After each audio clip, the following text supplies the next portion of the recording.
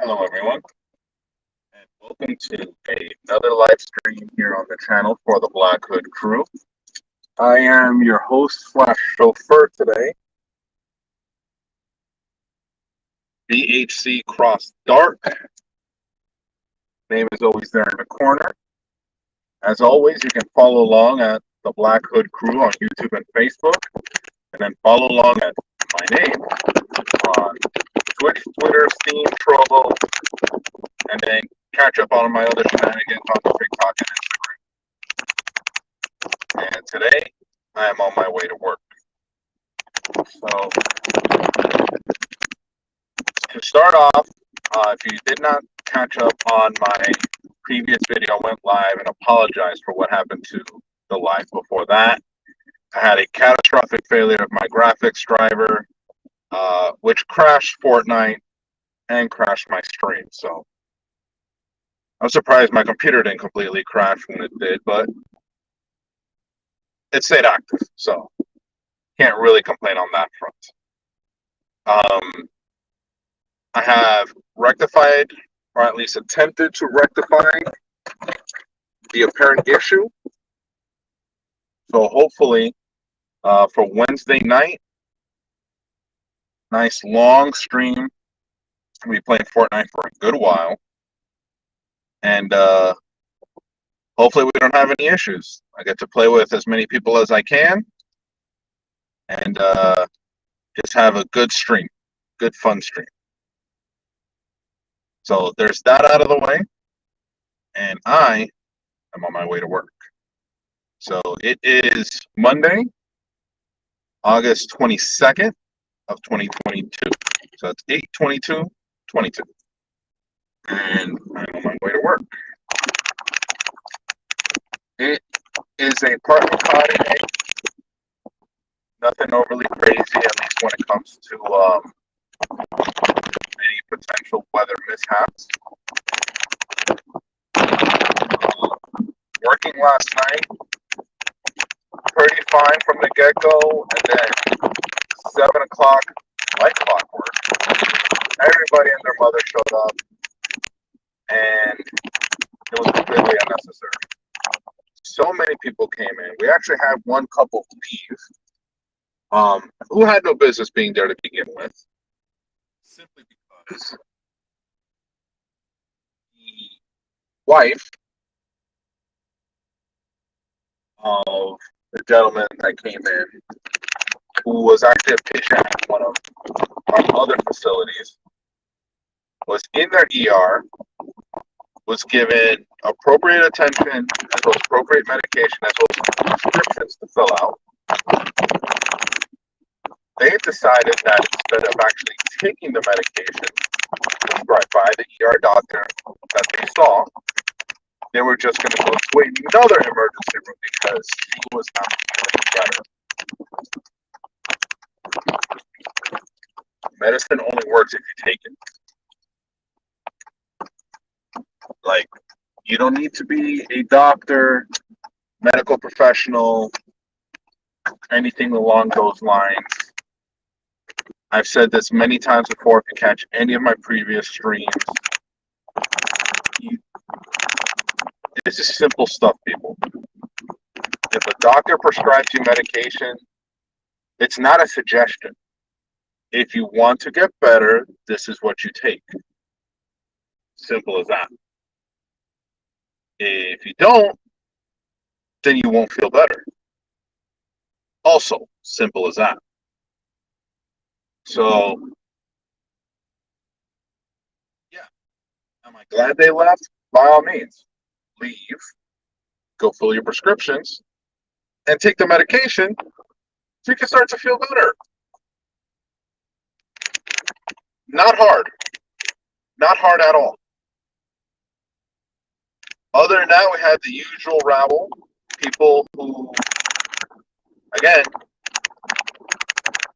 come in for the silliest things and think that's okay. It's not. Like, not even a little bit. it's not okay. Like, you're taking time and resources away from people who might actually need it because you think it's okay to treat the emergency room like it's a place you go to hang out. And while you're there, maybe score some prescription drugs from the doctor. I mean, that's almost like a nightclub. But people, I understand if you're not feeling well, but at the same time, like, is it really an emergency? Like, I can understand if, say, you had, dislocated joint, shoulder, elbow, knee, finger, like something is popped out of place and it needs to be put back in place. Yeah, by all means, come to the emergency room. We had a little bit of that yesterday, actually. A guy with a dislocated kneecap. Ouch, right? It hurts. It flipping hurts.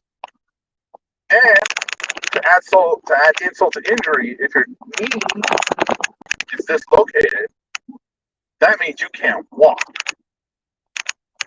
And you need to be able to walk because that's how you get from place to place. Initially, anyway. So, yeah, he came to the emergency room, and that is correct. Another gentleman had an ankle injury, basically hopped in with his 2 kids. Again, perfectly fine. A good example of what it is to come into the emergency room and a good reason to be in an emergency room. Now let's take it a little bit further. We had somebody who proceeded to damn near slice their hand open. Yeah, I'd say that's a valid reason to come into an emergency room. You have an active injury that is not something that you can take care of yourself, which is perfectly fine because that's what an emergency room is. It's for you to come in for an emergent medical issue that you cannot handle on your own. But we also had the other end of the spectrum. People coming in for the usual garbage. I have a headache. Here's some Tylenol. Because that's all they're going to give you. And bump my hand, bump my elbow.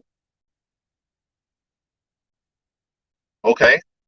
Again, Tylenol.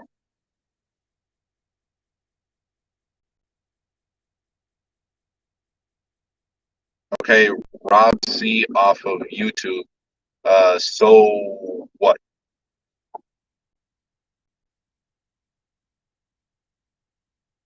I mean, not for nothing. When you've done this as much as I have, as long as I have, you can almost pick out who legitimately needs to be there and who doesn't. That's what it comes down to. Yeah, I'm getting into that. Eventually, it's going to get to a point, and I promise you, because again, I work on that side, is you're going to see insurance companies flat out denying claims for those little issues. All that's going to do is cause everything to increase in price more than it has already. So there's your so what. When you abuse a system, eventually it's going to come back and bite you in the butt. It's unfortunate, but that's the case. Insurance companies don't want to pay. That's their whole shtick, is you're paying them money in case. But eventually they're going to get to a point where now you're just burning money to burn money. So eventually they're going to start reviewing medical cases on a case-by-case basis and start denying claims outright.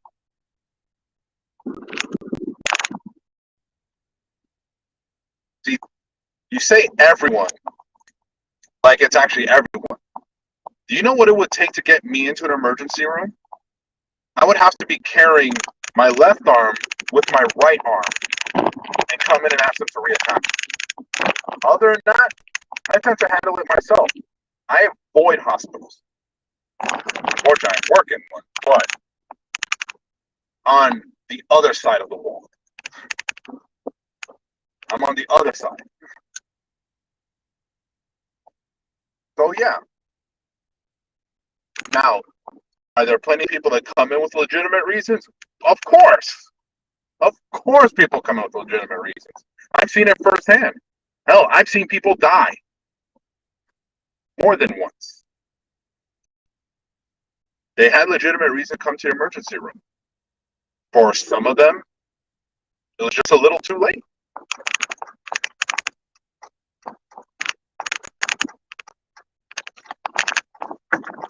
So, at the end of the day, it's still an abuse of a system that could better be used on those that actually need it. Like, I keep a bottle of freaking stuff in my car, just in case I get those occasional aches and pains that come with just living life in general. The occasional bump and scrape, headaches from whatever source. So yeah, it's always nice to keep stuff like that handy. And it's perfectly okay to self-medicate when it comes to things like that. The problem comes when you got too many people coming in that are just not taking that initiative. They're relying on a system, when in reality, they can just do a lot of that stuff on their own. Now, is it going to be every single time? Obviously not. If you start having chest pain, shortness of breath, yeah, that's a different kind of issue. It's not something you can take care of. So by all means, if you can, drive yourself to the emergency room. If not, 911 is an option. But again, abusing that system is only going to make it worse for when someone actually needs it. So, yeah. But that comes down to education across the board. That's not even like, oh, it just starts at the beginning, kindergarten or first grade. Like, no, like there's adults right now that need to be clued in on this. And it's sad, really.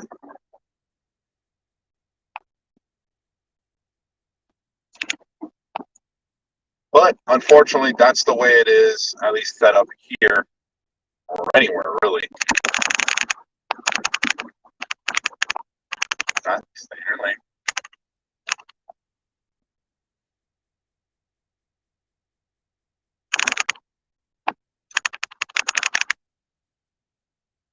Yeah. That's what it comes down to. If you need it, it's there, but is it really going to be there for everyone? It's going to get to a point where it's not. I already see it now. Like, I work on more at the administrative side when it comes to the hospital, so I deal with the boring paperwork, dealing with insurances and dealing co-pays, and dealing with money, and I see it happen. I see the insurance companies they're cracking down. They're going to basically start telling people, look, unless you have an actual legitimate emergency, we're not going to pay for it. So all that does, it pushes people into further debt, which then bogs down an already ridiculous situation. Then you also have on the medical side too. On more than one occasion, I've seen doctors, not a PA, not a physician's assistant, not a secretary, not a nurse, an actual doctor look a patient dead in the eye, ask them what brings you in today, hear their BS reason, and then say, no, but what brought you in today? Why are you here? And when they couldn't give an actual emergent reason, they told them, I'm not going to give you anything, nothing I can do for you. Here's your discharge paperwork. Goodbye. I've actually personally seen one of the nicest doctors I've ever met in my life. Very nice guy. Actually yell at a patient because he was abusing the time, the effort, the resources of the emergency room for something that was not an emergent reason. So now you're taking that same concept and now it's coming down onto actual medical professionals. Doctors who are there to help people when they need them most are now being jaded. They're now being just flat out tired of dealing with them, of dealing with this population of people who come in for what is quite literally no good reason. Now, is it just the doctors? No. Everybody in the medical field is going to feel the same way at some point in time. Usually those that have been doing it for a long time. The nurses, forget it. The nurses I work with are fed up. Completely fed up.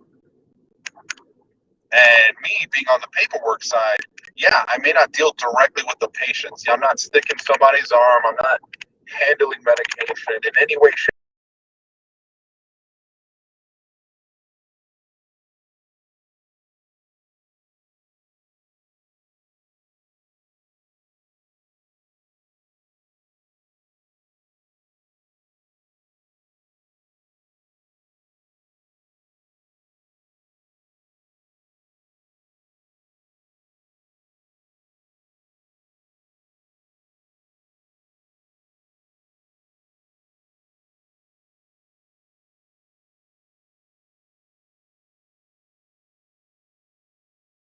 situations for some. But when people abuse that system, they come in with this idea that they have to be treated a certain way. I'm sorry, eventually it's going to come down to the point where you're going to start to see insurance companies, like I said before, come right down and say, guess what? You've been in the emergency room for, you've been in the emergency room 20, 30, 40 times in the past couple months for minor issues. We're canceling your policy. Hell, there was one time I had a guy, I didn't deal with him personally, but my coworker did. I just happened to be in the room when it happened. So this guy came in complaining of basically a panic attack. Anxiety, panic attack. If you actually suffer from this, you know some of the symptoms are chest pain, shortness of breath, mostly along those lines. Is like that's what you're looking at, those types of symptoms. And he came in flat out like, I'm here because I'm having a panic attack or I have anxiety. And we're like, okay, cool, we're gonna have to sign you in. So as my coworker is signing this patient in, he makes mention that he had called 911. And when the transport team got to this guy's house to pick him up, and he gave them the reason why they were there, why he called 911, they looked at their records, because the transport companies also keep records of who they take, when they take them, and where they take them. They saw that this guy had called 911 every day for an entire month. I think this was like the 30th or 31st day of calling 911 straight. They looked this guy dead in the eye and told him, "We are not taking you anywhere." They absolutely refused to transport this guy to the hospital. And you know what? I don't blame them. Does it make it right or wrong? Nah, that's not up to me.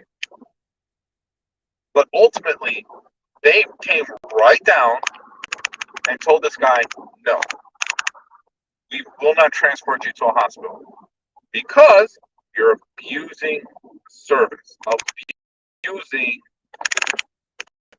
this capability." So yeah, transport companies are denying rights. Insurance are denying claims. Eventually, a doctor or even a nurse is going to be able to look dead in the eye and say, "Get out of here. I'm not giving you anything. I'm not treating you. Bye." That's what's going to come down to. As long as people continue to use this system. Now, is it everyone? No. Obviously, many people out there who would rather not spend 2, 3, 4, 5 hours in an emergency room or in a hospital in general. I don't like being a patient. I do everything I can to avoid the hospital. Everything I can do. Every bit of medication, every bit of treatment, whatever I can get on my own to save me a trip to an emergency room or to a hospital in general, or hell, even to a doctor's office, I'm going to do it. Because I don't like it. I'd rather spend that time doing things I actually enjoy doing. So, yeah, maybe, just maybe, some initiative can be taken by this particular group of citizens, population in this country, to take that initiative, to have that forethought, like, you know what? This issue that I'm having, not so bad. I think it's something I can handle myself. And actually do so. Yes. Are there things you're not going to be able to take care of? Of course. But not for nothing. Most things that people usually come to an emergency room for, not an emergency. Now, are there alternatives? Urgent cares, minute clinics, things like that? Oh, yeah, by all means.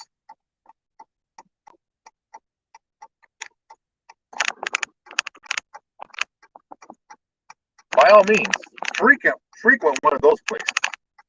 Minute clinic, urgent cares. Hell, if you go to some places like Walgreens, CVS,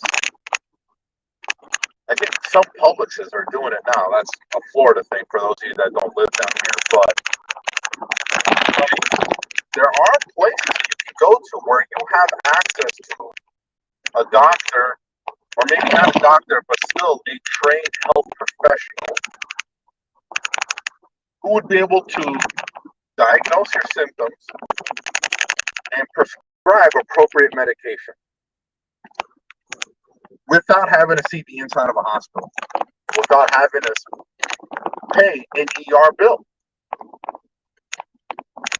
I mean, not for nothing. I see it all the time. I see it in black and white. Insurances will charge you $200, $300, $400 for a visit to the emergency room. That's if you're lucky. Urgent care, $40, $50. Hell, my insurance. Every time I want to see a doctor in an emergency room, that's $150. Bam, right there. Regardless of how long I spent in the ER, $150 just walking in through the door. But if I was to go to an urgent care, $50. So yeah, maybe not everything that happens to you is an emergency. Not everything that happens to you needs a full-on doctor. Sometimes you can take care of it yourself. Other times, well, that's why there's minute clinics and urgent cares and things of that nature. These things exist for that very reason. Sometimes there are things you can't quite handle, but at the same time, they don't require the use of a full emergency room and facilities and resources. They're not. So, as you can see, I've arrived. Seatbelts off. Work glasses are on. I've arrived at work. And I'm going to start making my way inside. I've already got my work badge on. This is a charger for needing to charge my phone when I need it. So, we're going to go ahead and continue this. Have a different chat, maybe on a different topic. Tomorrow, usual time around 3:30ish. Right here on the channel for the Black Hood Crew on YouTube and Facebook. And then follow along at my name. That's BHCxDark on Twitch, Twitter, Steam, Trovo, and then all my other shenanigans on TikTok and Instagram. So until tomorrow, be safe, be smart, and be